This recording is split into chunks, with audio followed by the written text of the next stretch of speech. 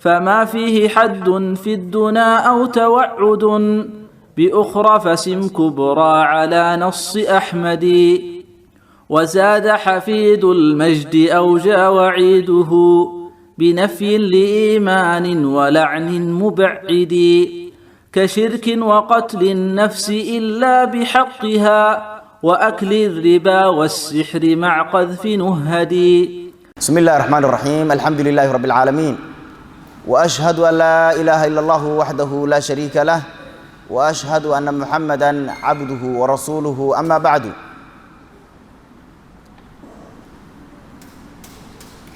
قال كشرك وقتل النفس إلا بحقها وأكل الربا والسحر مع قذف نهد. waxaan ku soo guda jirnay kitaabkii lagu nadmiyey oo lagu jamciyey tixdii ka warramaysay kabaa'irta. waxaana sheegnay kabaa'irta kitaabkan lagu sheegay inay gaarayso 72 kabiiro. waxaan soo qaadanay 2 kabiiro oo 72ka iyo labadaas kabiira ka mid ah. labadaas kabiiro tii weyneed ay ahayd tii kufriga iyo shirkiga ahayd, tii kalena ay ahayd qofka mu'minka ah ama nafta Ilaahay uu xarimay oo la gooyo. wuxuu yiri sheekhu marka waa akli riba, waxa kaloo kabaa'irta ka mid ah ribada oo la cuno. ribo laba qaybood ay u qaybsantaa sida asalka ah. mid ka mid ah waxa la yiraahdaa riba al-fadli, mid kalena waxa la yiraahdaa riba an-nasii'a. midda riba an-nasii'a la yiraahdo waa midda ribada deynka ku saabsan weeye, waana ribadii jaahiliyadu inta badan ay ku macaamili jireen. caalamka hadda jira laftirkiisuna oo inta badan ku macaamilo waa in qofka looga faa'iideysto duruufta haysata iyo deynka uu baahan yahay iyo baahida uu deynka u qabo qofka in looga faa'iideysto, oo qofka hantiilaha uu ka faa'iideysto qofka baahan baahidiis. markaas wuxuu leeyahay qofka hantiilaha ahi qofka baahan oo deynka gooba waxaan ku deyminaa lacagta inta la eg, laakiin waxaa laga rabaa hadhow inaad soo celido lacagtan ka badan. tusaale ahaan $1 aan ku deymiyo leeyahay, waxaanse kugu yeelana markaan $1 ku deymiyo $1,500 ama $1,100. intaas ma ogashahay? haa markuu yiraahdo deymina, qofkii duruuf ahayda deynka goobaayay waxa laga yaabaa inuu iska ogolaado arrin asaga dhib ku ah. waxa kaloo suurtagal ah inay si kale u dhacdo, waana sida ay u badan tahay. wuxuu leeyahay qofka hantiilaha ahi qofka baahan oo duruufaysan oo deynka raadina wuxuu leeyahay deynka waa ku siinaa, laakiin xilli waxaad ii qabanay deynka aad iskaga bixido, xilligaas haddii la dhaafana lacagtu way ku kordheeyay ogaw. tusaale ahaan $1 aan ku deymina, bishu markay dhamaatana $1,000 waa ka rabaa asagoo intiisii ah. haddii bishu markay dhamaato $1,000 aad bixi weydana bil walba waxa kugu kordhaya intaasoo lacag ah, intay rabtaa la ekaatee, laakiin faraqa kugu dhigi maayo. waa nooc ribadu ay leedahay. nooca labaad waa nooc ku saabsan waxyaabaha isku nooca ah oo in la kala badiyo aysan ahayn markii la isiisanayo oo wax la iskaga gadanayo, in markii wax la iskaga gada tago oo la isku bedelayo la kala badiyo. sida dahabka oo kale, haddii la kala gada tago dahab oo dahab lagu gadi tago, waxaa shardiya inaan dahabku kala badan, sidoo kalena aan deyn lagu kala qaadan. haddii dahabka la kala badiyo markii dahab lagu gadaa ama bur markii bur lagu gadaa, haddii la kala badiyo ama deyn lagu kala qaato ayaduna waa ribo. ribadu marka labadaas nooc ay leedahay. labadeeda nooc bana sharcigu waa uu xarimay, waa uu mamnuucay. ilaahay wuxuu leeyahay subxaanahu wa tacaala: yaa ayuha aladiina aamanuu laa ta'kuluu riba adcaafan mudaacafa. dadkii rumeeyey wixii la rabay in la rumeeyo ribada ha cuninina, si laban laaban ayaan loo cunin. in la cuno iyo in la isticmaalo waa isku mid, laakiin cunitaankii yaa lagu halqabsaday maadaama cuniddu ay u badan tahay waxaan. wattaquu llaha lacallakum tuflixuun. ilaahayna iska ilaaliya ciqaabtiisa dadow si ay u liibaantaan. sidoo kale ilahay wuxuu sheegay subxaanahu wa tacaala dadka ribada ku macaamila oo ribada cunaahi maalinta qiyaamo qubuurtooda markii ka soo kacayaan inay sidii wax waalan iyagoo ah ay qubuurta ka soo kacayaan, iyagoo dhacdhacahay qubuurta ka soo baxayaan maalinta qiyaamo. إلهي وحده سبحانه وتعالى الذين يأكلون الربا لا يقومون إلا كما يقوم الذي يتخبطه الشيطان من المس dadka ribada cuna oo ribada ku macaamila adduunyada maalinta qiyaamo xabaasha ma ka soo baxayaan sidii ayagoo ah mooyee dadka waalan oo kale culimada qaar waxay dhahaan maadaama ay adduunyada ribada cuni jireen hadhowdii calooshooda waa la weyneynaa markaasaa waxaa laga dhigaa calooshu calool qofka ay ku taallo ka tan badan markaasaa qofkii dhexdu u weyn tahay oo dhexdu wadaamo ay tahay ayaa maalinta qiyaamo qabriga laga soo saaraa markaasuu dhacdhaca sidii wax jinni qabo u dhacdhaca maadaama uu adduunyada ribada cuni jiray ilaahay marka wuxuu yidhi dalika biannahum qaaluu inama albaycu mithlu riba markii la yidhahdo ribadu waa xaraam iska daaya ribada waa uqiil doona jireenaa yidhi ilaahay yidhi subxaanahu wa tacaala ribada waa uqiil raadsan jireen markaasay leeyihin waxaan waa beec waa xalaal waa sida beec oo kale arrintaanu saasay xagga sharciga uga eg tahay adiga un calaa kullin waxbay marmaroojin jireen ilaahay laakiin wuxuu yidhi wa axalla allahu albayca wa xarama arriba ilaahay beeca waa xalaaleeyey laakiin ribada ilaahay waa mamnuucay marka haddaad shay riba inta ku macaamisho aad ribadii shay xalaala ku magacaawdo magacaawgaadu waxba ma bedelayo magacaawgaadu aad ribada xalaal iyo mucaamil wanaagsan ku magacaawday ribadii waxba ka bedeli oo maayo waana wax hore u jiri jiray kadibna ilaahay wuxuu sheegay subxaanahu wa tacaala qofkii wacdi uu u yimaado ee wacdisama ee ogaada waxa uu ku jira inay riba yihiin kadibna ribadii ka tanaasula macaamilkiisii in ra'sulmaalkiisii uu leeyahay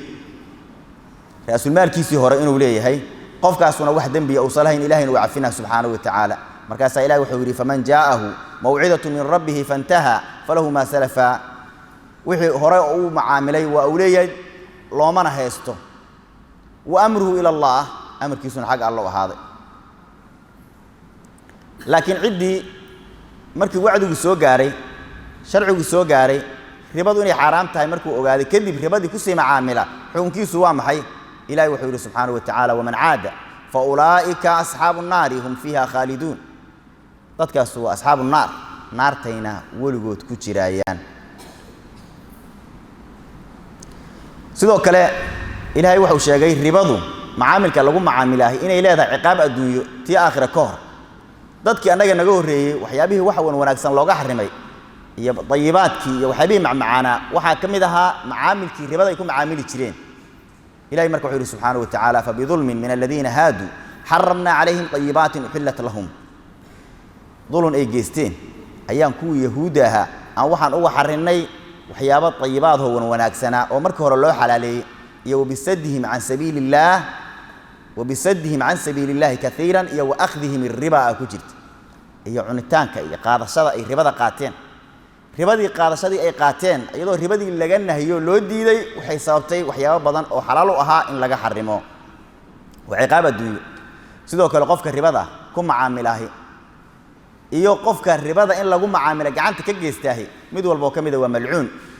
waa la lacnaday nabigaa lacnaday calayhi salaatu wasalaam nabigu wuxuu yidhi lacana allaahu aakila riba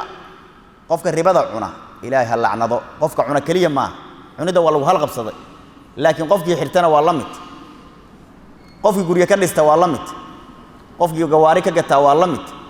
qofkii ilma siistaa waa la mid lacana allaahu aakila riba iyo wa muukilahu midka dadka cunsiiya laftirkiisana allaha lacnado kan dadka cunsiina oo ribadii inta ku soo macaamilay isagu shaqaystay hadduu raba isagu yuusan cunin laakiin hadduu yidhaahdo dadka baahan ayaan ku taakulaynaa waa malcuun hadduu yidhaahdo martiqaadyaan ku samaynaa waa malcuun hadduu yidhaahdo masaajidaan ku dhisaa waa malcuun doorooyin iyo waxyaabo la midaan uga qayb qaadana hadduu yidhahdo waa malcuun ilmahaygaan siisaa hadduu yidhahdo waa malcuun xoolaan siinaa hadduu yidhaahdo eeye iyo doofaarro waa malcuun maxaa yeelay nabigu wuxuu lehy alayhi salaatu wasalaam qofka ribada dadka cunsiya waa malcuune waa la lacnaday naxariistii allah laga dheereeyey iyo washaahidayhi waxaa kaloo la lacnaday macaamilka ribada ah labada ninoo markhaatiga ka kacays hebelow kaale iyo raac bangiga macaamil noocaasaan ka rabaa oo ribo ah kaale markhaatiga wax ka noqo markhaatiga wax ka fur malcuunaad tahay ogaaw malcuunaad tahay adoon waxba cunin weliba ka markhaati kacaas aad ka markhaati kacday shayga ilaahay uu xarimay oo ribada ah oo kabiira min al-kabaa'ir ah ayaa waxaad ku noqonay mid lacnadayn oo naxariistii alla laga dheereeyay iyo wakaatibayhina waa la mid uu nabiga kaleey salaatu wasalaam allah lacnado ayagana iyo wakaatibahu iyo kan qoraha kaatibka karaaniga qorayga ah ama kombiyuutarka ku qoray ama gacantiisa ku qoray asna waa lacnadan yahay macaamil ribo qof allaala qofkii gacan ka geysatahay waa qof lacnadan dadka ankee bangiyada fura bangiyadaasoo ribada ku macaamilahay waa lacnadan yihiin see dadkii waxay cunsiiyeen ribadii cunsiiyeen ribadiina dadkii u sallaxeen waxa ay ka shaqaysanayaanna ribadii ka mid ah markaasay waxay cunayaan ribadii ay ka mid tahay waa malcuuniin dadka marka muslimiinta inta ilaahay ka cabsadaan macaamilka ribada ka fogaadeen riba aad iyo aad u liidata dadka bangiyada lana waxa la rabaa inay bangiyadooda ka hufaan macaamilkaas ribada ah bangiyada in badan oo kamid ah waxa lagu magacaabaa bangigan waa bangi islaami ah le waa bangi islaami waxa laga wadaa ribada iyo waxyaabaha gaaladu ay ku macaamilaan oo mamnuuc ka ah haddana markaad bunugta in badan oo kamid ah magacaas lagu magacaabay si hoos loo sii fiiriyo ribadii waa ku macaamilaya dadka bangiyada madaxda ka ahna oo muslimiintaana waxa la rabaa haday rabaan inay wax xalaal ah iyaguna cunaan dadkana wax xalaal cunsiiyaan maalinta qiyaamana ay badbaadaan oo cadaab alla ay ka badbaadaan in wax walba oo ay sameynayaan iyo macaamil walba ay macaamilayaan inay shariicada wax uga raadiyaan shariicada islaamka inay u fiiriyaan haday shariicada shay waafaqsan yahay ay shayga ku ganacsadaan haddii shayga laakiin uusan shariicada waafaqsanayn adduunyo dhan ha uga timaadee ilaahay dartiina uga tagaana la rabaa waxaana qatar ah in ganacsatada qaar ka mid ah iyo madaxda bangiyada qaar ka miduhu dadka ay masaa'isha weydiinayaan ay ka dhigaan dadkii ayaga shaqaalaha u ahaa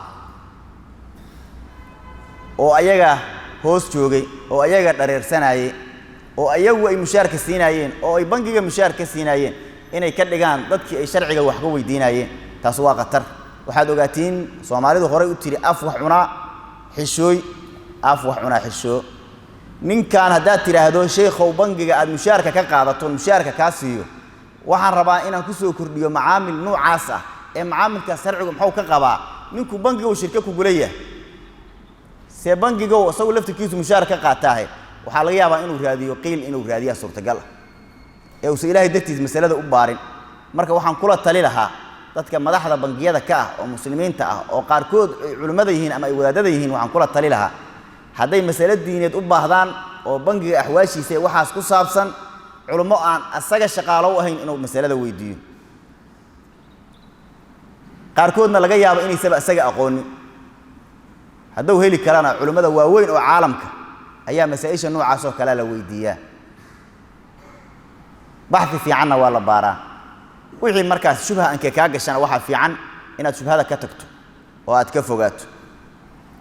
ribadu wuxuu sheegay nabigu kaleey salaatu wasalaam 70 iyo dhowr baab inay leedahay 70 kaas iyo dhowr kaas baabka ugu dambiga yarna wuxuu yiri nabigu kaleey salaatu wasalaam wuxuu la dambi eg yahay qofku inuu hooyadiis kufsado qofku inuu hooyadiis isticmaalo hooyadiis ka siinaysto ma wax yara ma wax madaxa gali kara ma wax la dhageysan kara 70 iyo dhowr baab oo albaabada iyo qaababka iyo noocyada ribadu ay leedahay kamida nooca ugu dambiga yari wuxuu la dambi eg yahay qofku inuu hooyadiis ka siinaysto nabiga kaleey salaatu wasalaam الربا 73 بابا نبي عليه الصلاه والسلام و73 باب ربض ايسرها مثل ان ينكح ايسرها مثل ان ينكح الرجل امه حديث صحيح كان ugu yar oo ugu fududay wuxuu la dambi eg yahay ninku inuu hooyadiis kufsado oo kale kan uu koray maxaa u maleynay dambigiisu intuu leeyahay maxaa u maleynay waa wax aad u qatar ah waxa wax laga yaqeeqsado qof inay hooyadiis kufsato wax laga yaqeeqsado waay laakiin ribadii waa lagu faanaa ribadii oo ka dambi badan hooyada inaad kufsato ribadii oo ka dambi badan hooyada inaad kufsato sidoo kale zinada caadiga ah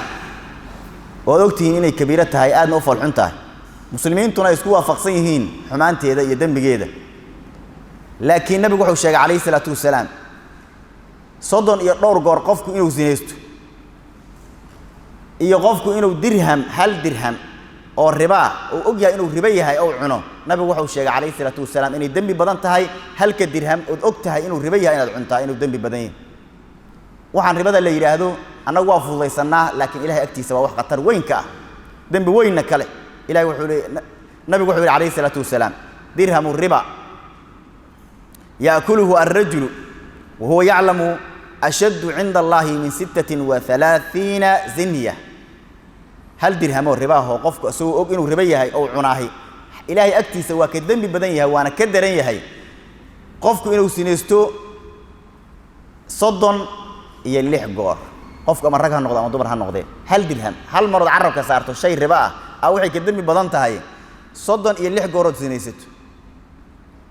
saas ma u haysanaa ribadu inay tahay bas waxaan u haysanaa ribadu wax uu iska fudud oo dunuubta kale iska dhaaf in la siinaystay islaan ajnabiga in la taabto iyo ribo dadka intooda badan waxa agtooda dambi badan islaan ajnabiga oo la taabto islaan ajnabiga oo la taabto waa dambi ayadoo laga siinaystaan waa ka sii daran tahay laakiin waxa soo dhan waxa ka dambi badan ribada la cunaahay qofka ribada cunaahayna waa qof Ilaahay subhanahu wa ta'ala uu ilaamiyay dagaal Ilaahayna qofka bixi karaa ma jiro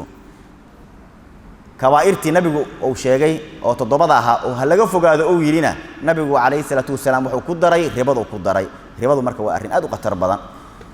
وأكل الربا يو السحر أو الشيخ وحكروا كم ذا كبائرته السحر كم ذا سحركو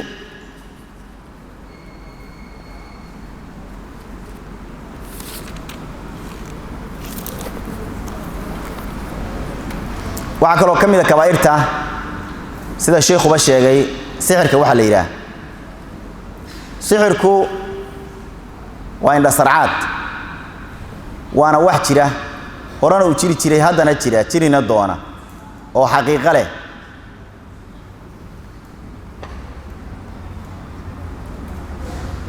لكن قفك ساحرك هو شيء حقيقة ديسي وحكما بدلي كرام dadka ayagu wuxuu moodsiinaa shay xaqiiqadiisii inuu wax ka bedelay laakiin xaqiiqatan shay Ilaahay uu abuuray soo Ilaahay uu abuuray saaxirku wax kama bedeli karo oo qof dibi kama dhigi karo laakiin dadka indhahooda waa sixir kara oo indha sarcad waa ku ridi kara oo qofkii waa uu ekaysi kara wax dibi ah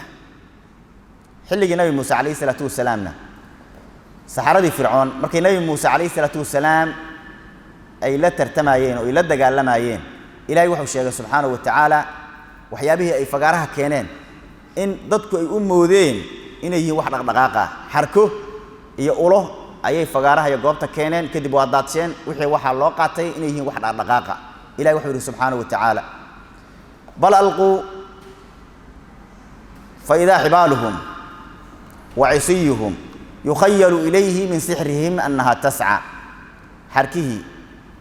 iyo ulihi ay tuureen waxaad moodaa oo dadkii loo moodsiiyaa Ilaahay yiri subhanahu wa ta'ala wuxuu inay dhaqaaqayaan roorayaan ordayaan waa takhyiil waa moodsiin laakiin ushi ay tuuray waa iska ushi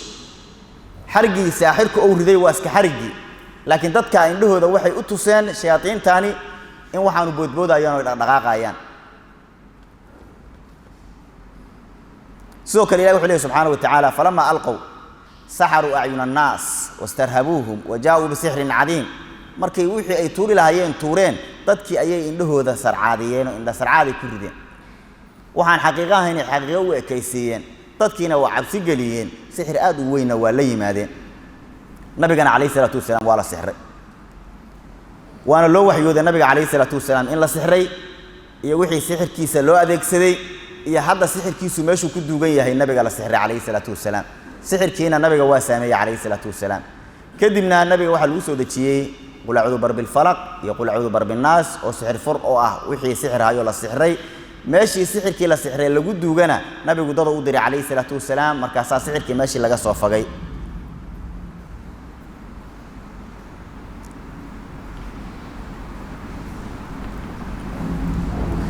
waxaana nabiga sixray calayhi salaatu wasalaam nin yahuudi oo la dhihi jiray Labid ibn A'sam dadka marka saxarada ah oo wax sixraahi waa ay jiraan waxayna adeegsadaan shayaadiinta sixirkana waxay ku sameeyaan waxyeelooyin ku sameeyaan waxbay ku geystaan sixirka wax waa ku dilaan wax waa ku xanuujiyaan dadku sixirka sababtiisa waa la waasha dadaan isjeclayn waa isku jeclaysiiyaan dad isnacab waa isku jeclaysiiyaan dad isjecelna waa ku kala diraan nin iyo islaantiisa xalay barwaaqo iyo khayr iskula hoyday ayay sixirka u isticmaalayaan subaxii waagu markuu bariyo qof walba meel looga yimid ma taqaanida waa lacnadayaan kab iyo lacnada iskala daalayaan xalana wanaagay ku baryeen xagaa cilad uga timid waa sixirka sixirkana saxaradu waxay u adeegsadaan waa shayaadiin sixirku xukunkiisu marka waa maxay sixirka xukunkiisu barashadiisa iyo barida dadka la baro iyo ku dhaqmida lagu dhaqmaya sixirida dadka la sixiraay dhammaan waa kufriga gaalnimada diinka bax waxaan u daliila hadalka ilaahay subxaanahu wa tacaala ilaahay uu yiri wattaba'u ma tatlu ash-shayaatiinu ala mulki sulaymana wama kafara sulaymanu walakinna ash-shayaatiina kafaruu yu'allimuna an-naasa as-sihra ilaahay subxaanahu wa tacaala yahuudiya waxay sheegeen iyo shayaatiintii qaar ka miduhu in nabi sulaymaan saaxir oo ahaa markaas ilaahay wuxuu yiri wama kafara sulaymanu sulaymaan ma gaaloobin walakinna ash-shayaatiina kafaruu laakin shayaatiin waa waxa gaalowday oo yu'allimuna an-naasa as-sihra dadkii sixirka baraayeen waxyaabaha ay ku gaaloobeen waxa kamid ah dadkii inay sixirka baraayeen sidoo kale ilaahay wuxuu sheegay in laba qofood oo dadka sixirka bari jirtay ay jirto labadaas qofood laakiin waxyaabo dadka lagu fidneynayay oo lagu imtixaamayay ahaayeen ilaahay wuxuu yiri wama yu'allimani min ahadin hatta yaqula inma nahnu fitnatun fala takfur qof dadka kamida sixirka ma bari jirin ilaa ay ka yiraahdaan war anagu imtixaanana joog fiirso ha gaaloobin sixirku waa gaalnimo qofku markuu gaalnimada doortay baraayeen sixirka sidoo kale ilaahay wuxuu leeyahay subxaanahu wa tacaala walaqad calimu laman ishtaraahu maa lahu fi laakhirati min khalaaq waxay ka warqabeen qofkii sixirka doorta oo sixirka qaata oo sixirow noqda oo dadka sixirka bara ama sixirka barta ama dadka sixra inuusan maalinta qiyaamo wax nasiiba uusan lahayn oo jannada ilaahay naxariista ilaahay uusan nasiib ku lahayn sixirowgu marka waa kaafir diinta ka baxay maxaa yeelay qofku sixirka maba bara karo inuu gaaloobo maahane saa darteeda haddii qof uu xireysto nin saaxir ah ama gabar saaxirad ah ee uu damco inuu sixirka wax ka barto waxaa la leeyahay marka hore intaada sixirka baran saas iyo saas soo sameey waxaa la leeyahay soo sameeyna waa wax kufriga diinka bax ah marka waxa soo sameeyo lana hubsado inuu diintii islaamka banaanka ka noqday ayaa waxaa la yiraahdaa sixirka waa lagu baraa kadibna shayaadiinta qofkaas u shaqeys inta qofku muslimka yahana shayaadiintu uma shaqeeydo una adeegi mayso waxyaabaha qofka marka uu sixirka barana la yiraahdo soo sameeyna waxa kamid ah kaadidaada ku soo weyseyso kitaabka quraanka ku kaadi sal saaro ku fadhiiso kitaabka quraanka kaadida iyo saxarada iskaga tir kitaabka quraanka iyo dhiiga caadada waxa la midka ah ilaahay waa ku gaaloobay dheh nabiga waa beeniyay dheh wax walba xumaana ku soo qowl sameey aleeyahay qofku markuu inta sameeyo markuu yimaado kadib hadana waxa leeyahay markaad inta sameeyay maxaa aragtay isbedel ma dareentay haduu dhii waa isbedel aan dareemay waxa leeyahay wali waxba ku dhiman haduu yiraahdo laakiin waxaan arkay nuur inta la eg oo qalbigayga ka baxay oo cirka isku shareeray mugdi qalbigayga soo galay waxyaabo isbedel aan arkay waa kufrigi haduu yiraahdo waxa leeyahay hadeertaanad tahay qof mudan in sixirka la baro kadibna markaas sixirka la bara haduu yiraahdo anoo muslina sixirka halay barana waxa leeyahay qawaacid lagu baro maxad ka faa'iiday qawaacidan waxa la rabaa in lagu shaqeeyo in lagu adeegaa la rabaa waxa adeegana waa shayatiin shaytaanna uma adeego qof aan gaal ahayn marka waxba ka raaci maayo sixirka leey sixirka qawaacidiisa oo bartana qofku waxba ka raaci maayo haduu muslim yahay maxaa yeelay marka waxaan la yimaado oo waxaan uu sameeyo shaytaana howlgala oo falgala shaydaankuna wuxuu u shaqeeyaa oo la falgala oo howlgala qofka gaalka ah ee qofka muslimka u howlgali oo maayo arinta marka waa arin kufri oo diinka bax ah dadka marka muslimiinta ah arintan ka fogaadeen dadka saxarada oo loo tago na waa dambi hadii warkooda la rumeystana waa diinka bax in loo tagay la iska dhageysto waxa ay sheegayaan anka waxay tahay kabiira min al-kabaa'ir iyo dambi weyn oo ilaahay agtiisa ka weyn dad badan marka sixirka ku macaamila madaxdu kuraastay ku ilaashadaan inta badan sixirka markaas waxay leeyihiin niman saxaraha ayaga hareera jooga tujaartu in badan waxay leeyihiin dad sixirooya ah ay leeyihiin oo wax u sixira وكتابه أو فيرشة أو كتاب قابلوية أو فلان فلوية هذا مغشو كتاب قابلو يا كتابا فيرنا يا كتابا بابك كاجدية هذا مغشو كتابك اللي ليه بابا اللي جدية كتابك وحوي هي كتاب فالك كويا اللي وفالك يو كتاب القري وسحر طبرك إن بدنه كميد واستعمالان waxyaabaha loo isticmaalana xasadka kamid ah haday isku masayraan iyo waxa la midka ah waxa laga yaabaa in islaan sixiriye u tagto ama nin sixirooba u tagto kadibna ay tiraahdo islaan heblan saan iska yeelo waaye ama ninkan waxa rabaa inaan isku soo jeedsho iga sii jeestay waxaan rabaa marka inaad xoogaa ii akhrido xoogaana ii farsamayso kadibna xoogaa igu farsamayna farsamadii waa kufri dhaqanka noocaana waa kufri macaamilka sixirka lagu macaamila waa kufri arrin qatara weeye arrintaas hal iska jiro sixir iyo sixiroow yaan loo dhawaanin waxa soo haray sixirowga xukunkiisu waa maxay sixirowga xukunkiisu si saxiixa waa qorto seef kow looga siiyo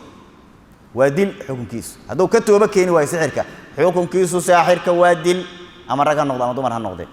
maxay yeelay markii hore gaalo ba noqdeen sida saxiixa gaal waa saaxirku yaa sidilaya hadila madaxda muslimiinta ayaa xaalkiisa iyo shaanigiisa loo sheega madaxda muslimiintana waxa la rabaa qofka saaxirka dadka inay uga raaxeeyaan haduu tooba keeno waa alxamdulillah haduu tooba keeni waayana madaxayna kaw ka siiyaan todobadii kabiiro oo nabiga uu halka xadiis ku sheegana sixirku waa kamid maca qadfi nuhadi oo sheekh wuxuu bayd ku gabagabeeyay kabiirada ah qadfiga waxa la yiraahdaa waa qofka oo lacaayo laguna caayo gogol dhaaf lagu caayo وأرين حرام وأرين كبيرة من الكبائر قفك ديجيس هو حرام مال كيس هو حرام شرف كيس إن مال لو قد عنه هو حرام نبينا عليه الصلاة والسلام حجة الوداع مركو خطبينا وعدنا وحو نبينا عليه الصلاة والسلام ألا إن دماءكم وأموالكم وأعراضكم عليكم حرام سدح ذوال إسرائيل لما كان الريبي فقاري نبينا وكخطبينا عليه الصلاة والسلام khudbadii uu dadka ku sagootinay iyo xajkii uu dadka ku sagootinay dhigagiina iyo xoolihiina iyo sharafkiinuba waa idinka xaraam waxyaabaha marka sharafka dila waxa kamid ah in qofka la yiraahdo waa uu zinaystay ama rag ha noqdo ama dumar ha noqdee ama wax waa uu zinaystay ay ka dhalanayso qofka in lagu yiraahdo oo tusaale ahaan la yiraahdo kale qofka waa wacal macnaheedu waxa waaye hooyadii dhashay way zinaysatay wax sax ma ama qofka la yiraahdo hebel kuma dhalin hebel ku dhalay hebelkii lagu yaqaano hooyada qabo nikaaha xalaasha hooyada ku qabay hadii la yiraahdo kuma dhalin hebel ku dhalay macnaheedu hebel waa ka sinaystay waa hooyada waa qad arin qatara waa kabiira min al-kabaa'ir qofka dambigaas ku dhacana ilaahay wuxuu sheegay inuu faasiq yahay wax marqaatiyana qofka saasoo kalaahu ma galo ilaahay wuxuu leeyahay subhanahu wa ta'ala walladina yarmuna al-muhsanati ثم لم يأتوا بأربعة شهداء فاجلدوهم 80 جلدة ولا تقبلوا لهم شهادة أبدا وأولئك هم الفاسقون dadka gabdhaha wan wanaagsan iyo dadka wan wanaagsan zinada ku sheega aanan marqaatiyaal la iimaanaynin 80 karbaasha lagu dhufto xadka qofkaasi waa 80 karbaash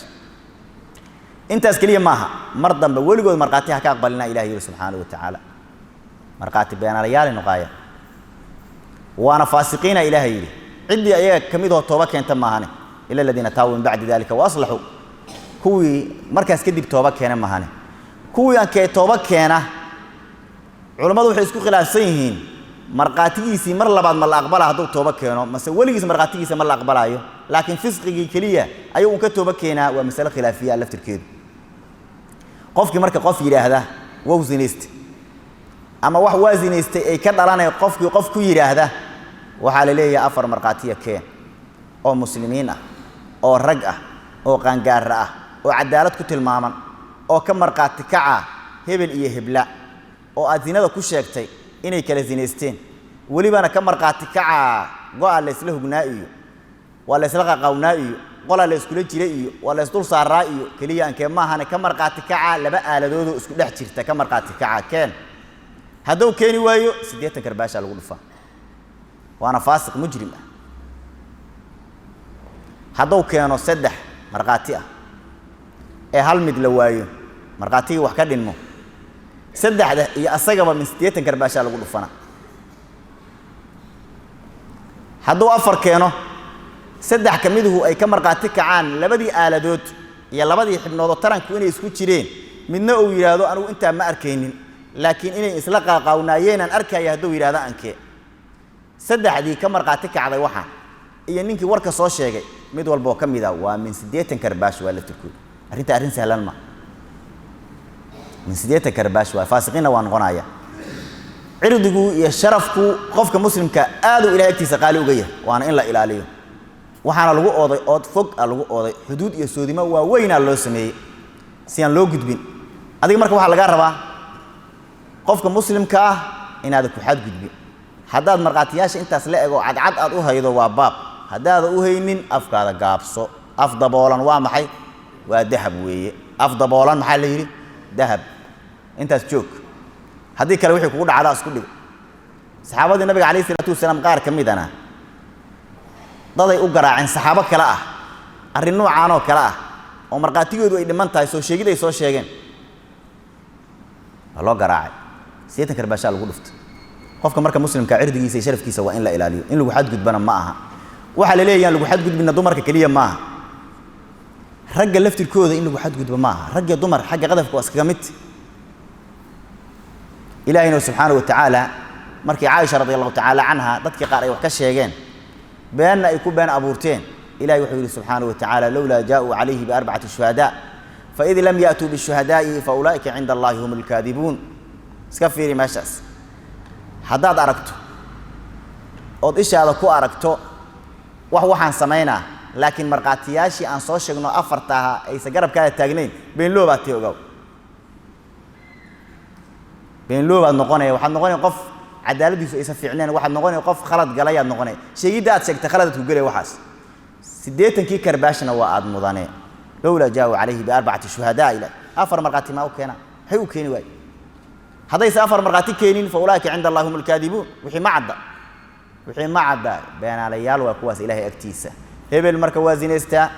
هبل وقوم اللوط هبل وزانيت هبل جوجل دافع تغنى لأن يردوا وكبريسين وضياش وكبريسين دمركو أنت بدن برقوينك إيه هبل ندي إيه قلبه وكوقع ويان شيكوينك أنت بدن كوشة كاستان واي هبلي هبل على سكتهم هبلي هبل أساس لها سكيل عليه وقد عسوي وكبير من الكبائر كبيرة من الكبائر وقتر وين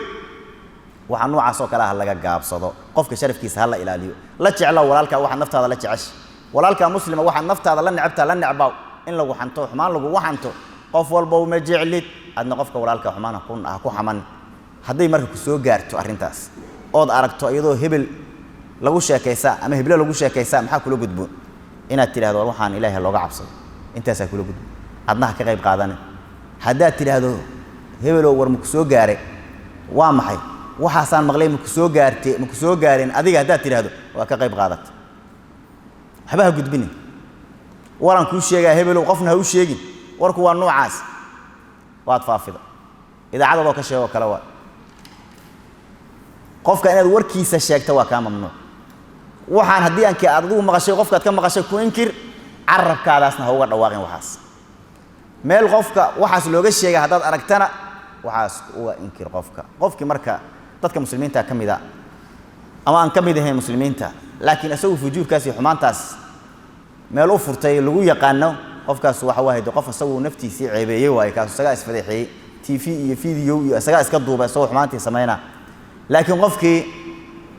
dadka muslimiinta kamida dadka asturan ah